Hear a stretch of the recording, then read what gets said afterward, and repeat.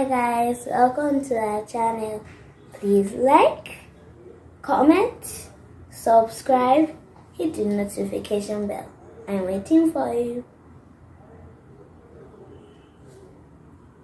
So hey guys, today we're focusing on lock tools, the more commonly used ones as well as the more professional lock tools. So everything you could possibly use to lock your hair, do your installation and maintenance, ranging from the very commonly available hairpin all the way to the more complicated professional lock tools.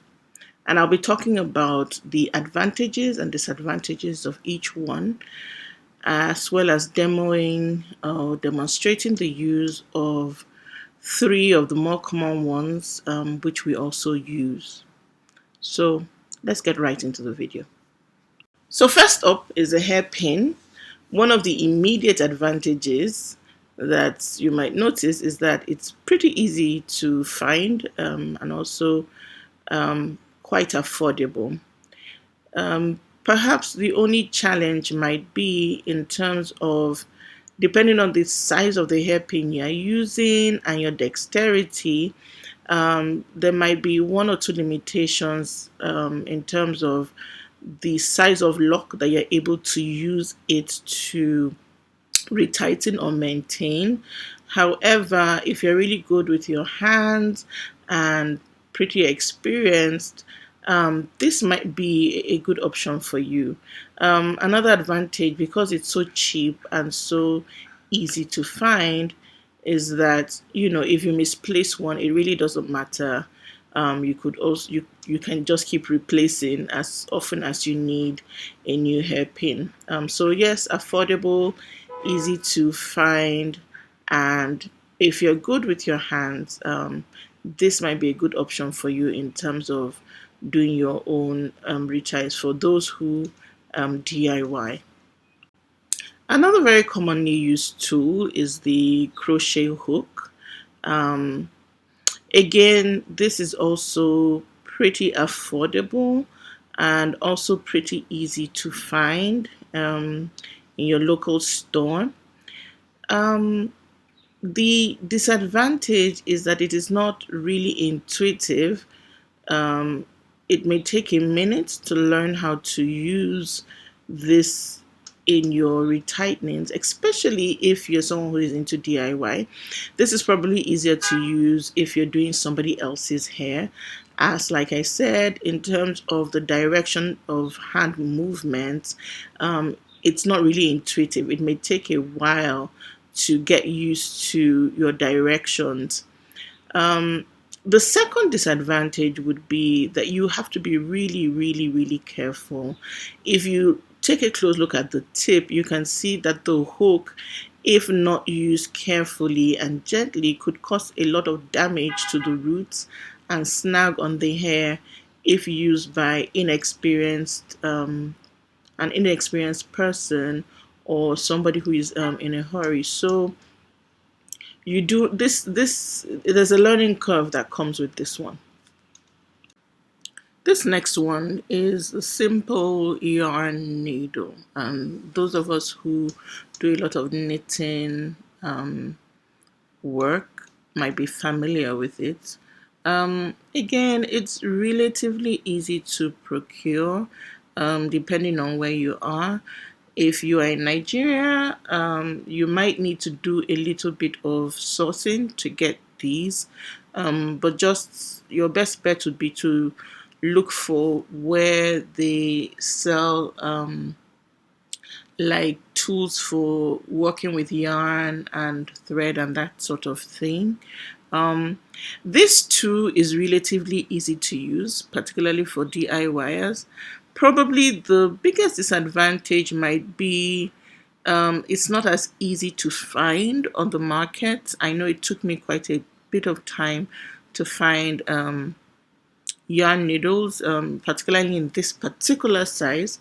A second disadvantage would be that it has no curve whatsoever to it. It is flexible, so that's a plus, but because it doesn't have that curve, If you're a DIYer, it might become a bit of a problem with regards to keeping your locks separate so that you don't mistakenly marry your locks.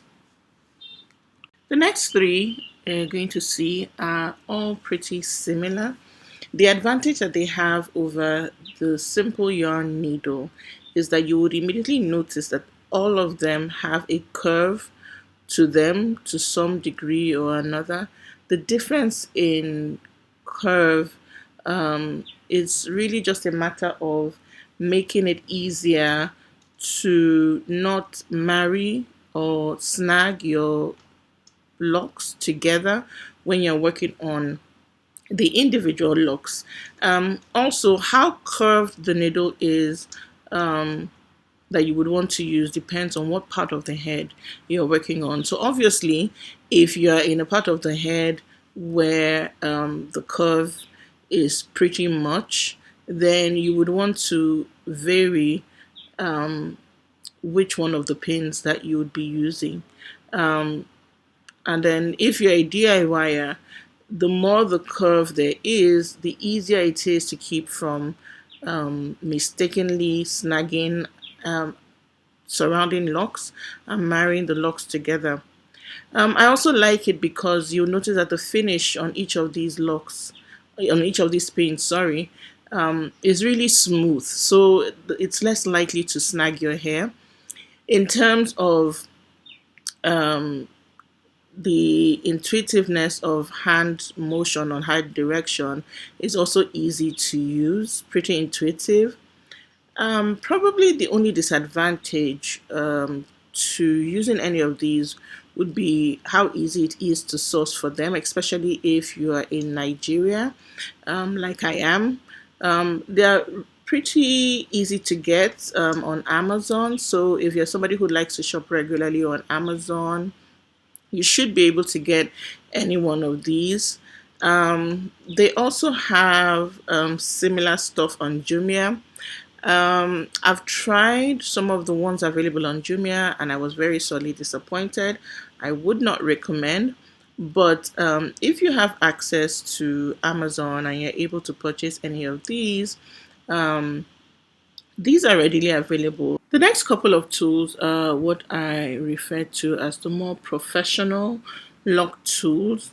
So understandably, they require quite a bit of a learning curve, especially if you're new to doing hair or to doing locks more specifically. The second one of them that you would see looks like a combination of a hairpin as well as the more professional lock tools. So the advantage of this one is that you can use it to do both large locks as well as micro locks. And then the last one, this green one that you can see here, just became available more recently. The disadvantage to these more professional tools is that they tend to be higher priced, and not all of them are readily available on Amazon for purchase. You might need to contact the people with the patent in order to be able to purchase them, or I guess if you contact them directly, then they can tell you where and how you might be able to purchase one. But like I said, they do have a learning curve to them and they tend to be priced on the higher side. So in the next couple of clips, you will see me demonstrating how we use 3 of the more common tools of the ones I had earlier shown. Please ignore little Miss's face. She wasn't feeling this particular tool. She really doesn't like having her hair locked with this tool. You'll find out that she cheers up considerably when we pick up the other tools. So yeah, bear with her. She really wasn't feeling this one. But just to let you see an example of what I mean by how this crochet hook might not be exactly intuitive. As a general rule, your hand moves. You move the crochet hook initially in the opposite direction to where you want the head to go, and then you pull back in the direction where you want the head to go. So this is me demonstrating again. Opposite direction to where you want the head to go, you wrap it around and then you pull back in the direction you want the head to go. Here we go again. Opposite direction to where you want the head to go, and then you pull back in the direction you want the head to go. One more time, and then you pull back. Okay, so probably not very intuitive. I wouldn't recommend for those who are just starting out. So here I am moisturizing the back of the hair before I then pick up the second tool and start demonstrating how to use it. As you'll see right away, this is much more intuitive in terms of the hand movements and how you want the lock to move, right? So if you want the lock to move down, you move the pin down. If you want it to move right, you move the pin right. So much more user friendly if you're a DIYer. Okay.